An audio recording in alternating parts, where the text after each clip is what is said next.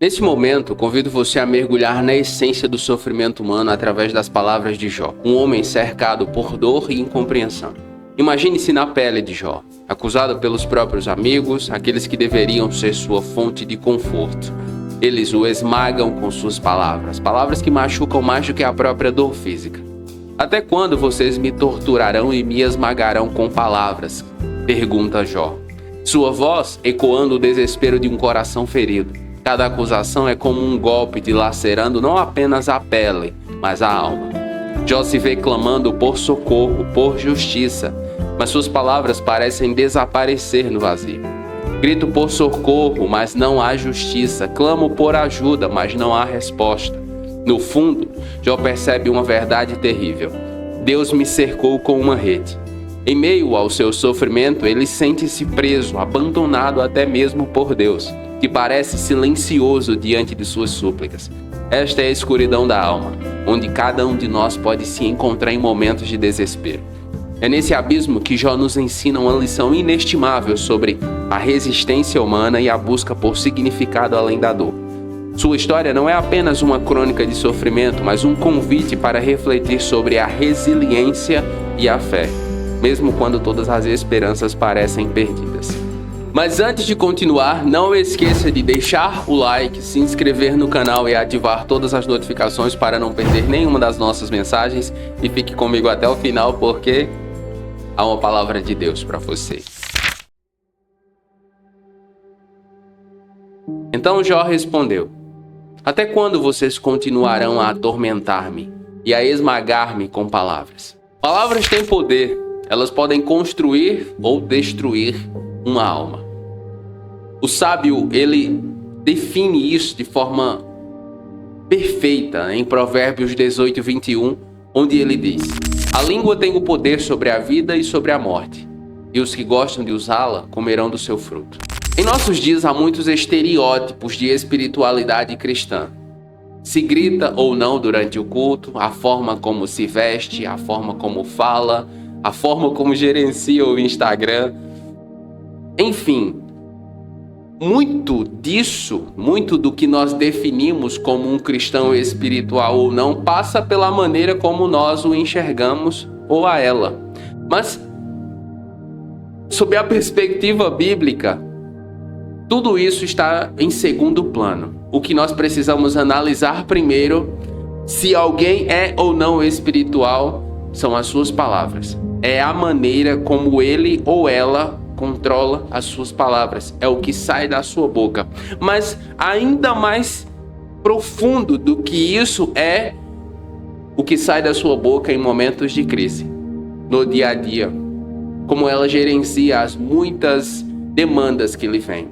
Por exemplo, o meu pastor é uma pessoa extremamente sábia. Ao longo do tempo em que ele lidera a minha vida e a vida da minha família, eu precisei ir algumas vezes ao seu gabinete. Normalmente eu só vou quando em oração, em leitura, conversando com Carol, eu não consigo resolver. E por quê? Porque eu sei que há muitas demandas na igreja e o meu pastor ele é muito dedicado. Então eu só vou quando eu realmente não consigo resolver por aqui. E às vezes que eu vou, eu gosto de ouvi-lo pregar, mas o seu aconselhamento é sensacional. Questões que para mim pareciam sem saída, em algumas palavras ele encontra a saída e me aconselha, e eu que entro muitas vezes sobrecarregado, saio aliviado. Muitas vezes o que falta à sua vida, meu irmão, minha irmã, é uma conversa com alguém como o meu pastor. Por isso que nós precisamos ter pastores, líderes, homens e mulheres de Deus que governem a nossa vida. A Bíblia, ela diz que nós devemos honrar pessoas como eles. Hoje nós vivemos nessa sociedade do egocentrismo e do cada um por si. Nós temos inteligência artificial, nós temos a internet, nós temos uma série de coisas. E depois da pandemia, esse sentimento de cada um por si parece que ficou ainda mais aguçado, mas no reino não funciona assim. Você precisa relacionar-se com outras pessoas.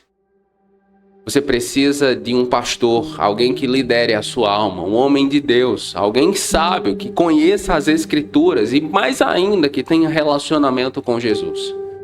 Esses estereótipos de espiritualidade que muitas vezes nós ficamos elegendo não são saudáveis para o desenvolvimento da nossa fé. E por quê? Porque na crise você vai precisar de ajuda. Se é verdade que me desviei, meu erro só interessa a mim. Se de fato vocês se exaltam acima de mim e usam contra mim a minha humilhação. Jó entende que sua situação dolorosa também é um chamado para o autoexame. Ele diz: se eu errei, o meu erro só interessa a mim. Eu estou refletindo sobre o meu erro. Eu quero respostas, eu quero saber onde eu errei. O que é que eu fiz? Eu gostaria que o Senhor me revelasse qual é o meu erro. Eu não tenho problema com isso, é o que Jó está dizendo. A crise é também um momento para fazer um autoexame. A crise ou não, é muito importante que você tenha o hábito de fazer autoexame. Eu gosto de fazer isso nos meus devocionais, enquanto eu estou a sós com Deus. Gosto muito de conversar com Ele sobre mim mesmo, sobre o meu comportamento, sobre coisas que eu estou pensando, se está correto, se não está. Eu gosto de fazer esse autoexame e conhecer a mim mesmo. E isso é extremamente saudável. Nesse momento em que eu converso com você, muito influenciado pelo livro de Jó, eu tenho investido bastante tempo em conhecer as minhas emoções, analisar as minhas emoções, os meus pensamentos, sobre como eu me sinto em algumas circunstâncias, e eu tenho visto que eu posso melhorar. Isso é extremamente saudável. Eu aprendo isso com Davi. No Salmo 139, versículos 23 e 24, ele diz a Deus o seguinte, ele faz a seguinte oração a Deus: sonda-me, ó Deus, e conhece o meu coração. Prova-me e conhece as minhas inquietações. Sonda-me, ó Deus. Conhece-me, ó Deus. Conhece o meu coração? O salmista está constantemente fazendo o autoexame, conversando consigo mesmo, procurando entender suas atitudes e emoções. Isso também faz parte do momento de oração. Eu lhe pergunto, você conhece a si mesmo? Há pessoas que investem muito tempo e recurso em conhecer as outras pessoas. Há fãs, por exemplo, que conhecem praticamente tudo sobre a vida dos seus ídolos, digamos assim. Mas quando perguntados, questionados sobre eles mesmos, eles não sabem quem eles são. Deus quer que você e eu vivamos em novidade de vida.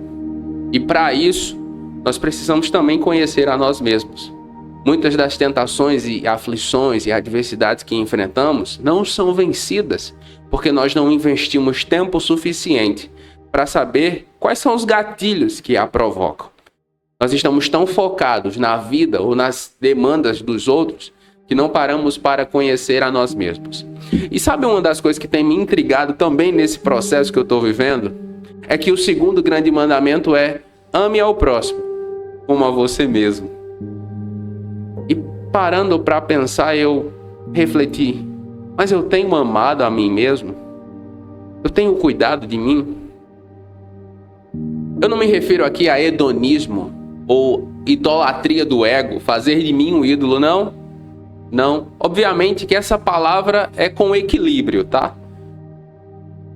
Mas você tem cuidado de você mesmo? Você tem parado para prestar atenção em como você se sente, nas suas emoções, no que passa pela sua cabeça? Isso é muito importante.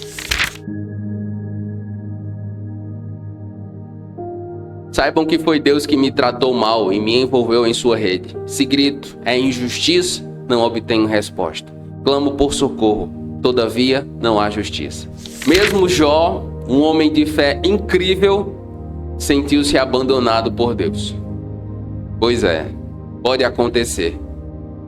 Ele sentiu que Deus o havia abandonado. Em alguns momentos da minha vida com Jesus, ao longo desses 22 anos, eu senti essa ausência, esse sentimento de abandono algumas vezes. Mas estou aqui também para testemunhar que eu estava errado todas as vezes. Ele não abandona, Ele não nos abandona. Esse sentimento é muito por causa da adversidade, da tribulação, como Jó está vivendo. E refletindo sobre isso, eu estava pensando que da mesma forma que nós achamos que algumas coisas deveriam acontecer do nosso jeito e elas não acontecem, há livramentos que Deus dá a você e a mim e nós nem imaginamos que eles aconteceram. Um exemplo, esses dias nós estamos de mudança e eu precisei mexer em algumas instalações elétricas aqui em casa. Em uma delas eu fui trocar a ducha. Na minha cabeça eu havia desligado o disjuntor. Eu sempre tomo esse cuidado. Mas nesse dia eu esqueci de desligar. E tô eu lá, tirando, desencapando os fios, pegando nos fios. E de repente Carol entra e chega e pergunta: o que é que você tá fazendo? Eu disse: eu tô desinstalando a ducha. E ela disse: você não desligou o disjuntor? Eu havia esquecido. Não havia desligado, ela desligou. O que eu quero dizer é que poderia ter acontecido uma tragédia ali. Eu poderia ter tomado um choque.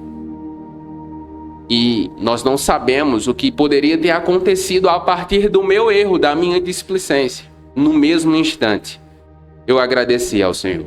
No mesmo instante. Percebe? Eu estava desatento. Eu não percebi.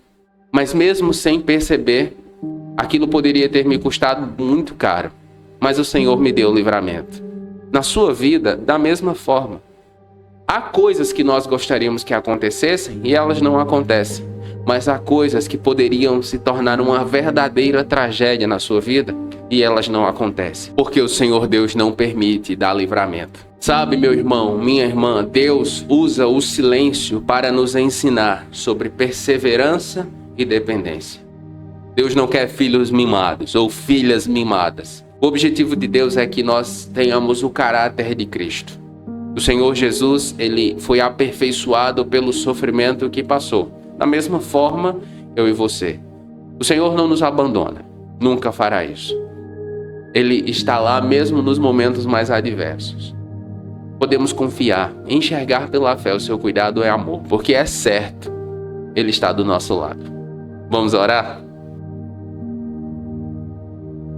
Pai Santo, diante do Senhor nos apresentamos com corações humildes, buscando conforto e compreensão em meio às muitas tribulações que enfrentamos.